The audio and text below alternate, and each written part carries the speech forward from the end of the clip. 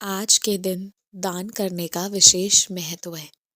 आज अपने हाथ से दान करना और दिल पे भार मत रखना। जो भी दान करना, खुशी खुशी करना, तुम्हें उसका पुण्य जरूर मिलेगा। कभी कभी तुम्हें लगता होगा कि मैं तुमसे ये कहता हूँ कि दान करो, दान करने से पुण्य मिलेगा, दान करने से अच्छा होगा। देखो, इंसान कोई भी काम करता है ना, उसमें अपना फायदा सोचता है, कोई भी काम। लेकिन आत्मा की भलाई के लिए क्या जरूरी है, जीवन के लिए और जीवन के बाद क्या काम आएगा, ये भी देखना जरूरी है। इसलिए हमेशा अच्छे काम करने चाहिए, वो चाहे अभी मिले या ना मिले। क्योंकि मौत अंत नहीं है, मौत पड़ाव नहीं है।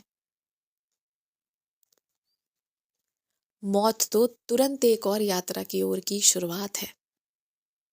इसलिए इंसान को आगे का इंतजाम वर्तमान में ही करके चलना है। जैसे जीवन में, जग में जीने के लिए इंतजाम करना है ना, इस महीने, अगले महीने, उसके अगले महीने का, वैसे ही ये आयु, वो आयु और उसके बाद हर एक चीज़ का इंतजाम करना है। इसलिए हमेशा अच्छे काम अपने हाथ से करना चाहिए जब मौका मिले। तुम्हें नहीं पता, पर आज तुम्हारे आसपास वातावरण में कितने ऐसे प्राणी हैं, जाने कितने हैं ऐसे, लेकिन ना वो आज वही हैं। वो आगे बढ़ नहीं पा रहे, पीछे जा नहीं सकते। आगे बढ़ नहीं पा रहे क्योंकि अभी समय उनका पूरा नहीं हुआ है। पीछे जा नहीं सकते हैं और उन्होंने कुछ कमाई नहीं की है दया करके, कुछ कमाई नहीं की है अच्छे काम करके, और आज वो मजबूर है। आज उन्होंने जो, उनकी आत्मा ने जैसा चोला धारण किया है ना, उसमें आज वो कुछ कर भी नहीं सकते। ये तुम समझो कि मनुष्य के ही रूप में तुम्हें अगर जन्म दिया गया है ना, तो तुम्हारी आत्मा का उद्धार कराने के लिए इसी में जितने अच्छे काम करके निकाल सकते हो निकाल लो। इसलिए हर दिन कोशिश करो, कुछ नहीं भी कर पाओ तो कम से कम एक प्राणी को भी अन्नदान कराओ। कुछ नहीं कर सकते, तुम्हारे पास कुछ भी नहीं हो, एक समय के लिए अगर मान ले कि किसी के पास कुछ भी नहीं है खिलाने के लिए, पर जल तो उपलब्ध है ना, तो क्या एक भगोने में, एक पतीले में जल नहीं रखा जा सकता?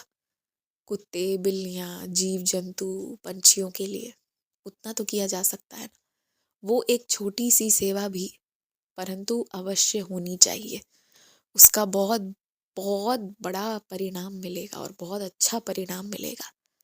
लोग समझते नहीं हैं, पर मैं तुम्हें बैठाकर समझा रहा हूँ ताकि तुम मेरी बात मानो, और इससे अच्छा होते अभी भी देखो और भविष्य में तो होगा ही होगा। मंदिर जाने की नियम लगा लो, रोज मंदिर जाना है और वहां पे कुछ तो एक चीज करके आना है। फिर चाहे रोज हवन करके आना है या रोज दीपक प्रज्वलित करके दरबार को और सजा देना है। चाहे कुछ भी एक चीज करके आना है, मंदिर की साफ सफाई करनी है या मंदिर की थाल सजा देनी है, कुछ भी, कोई भी एक चीज करना है, पर करना है। एक नियम मान लो। और कुछ नहीं तो शिवालय चले जाओ, प्रति एक दिन जल चढ़ा दो महादेव को, और हो सके तो शिवालय में एक दीपक जला कर आया करो। तुम्हें मेरी कृपा का एहसास तो निश्चित होगा, और कितने पुण्य मिलेंगे ये तुम कल्पना भी नहीं कर सकते। तुम याद करो, तुम जब कल भजन बजा रहे थे, भजन बजाते बजाते एकदम से एक स्रोत बज उठा, वो तुम्हारे लिए सुनना जरूरी है। जीवन से नकारात्मकता वो हटा देगा, इसलिए वो गलती से नहीं बजा था। मैं चाहता हूँ तुम रोज उसे सुनो, तो अब उसे तुम रोज बजाकर श्रवण करना उस स्रोत को, और याद भी कर लेना। और हाँ, तुम मंदिर किसी के लिए नहीं जाते हो, अपने लिए जाते हो, भगवान के लिए जाते हो। तो लोग 100 चीजें सिखाएंगे, 100 चीजें बताएंगे, पर करना वही, और करना उतना ही जितना तुम्हारी आत्मा को, दिल को गवा रहा है। बाकी चीजें रहने देना। खुश रहो।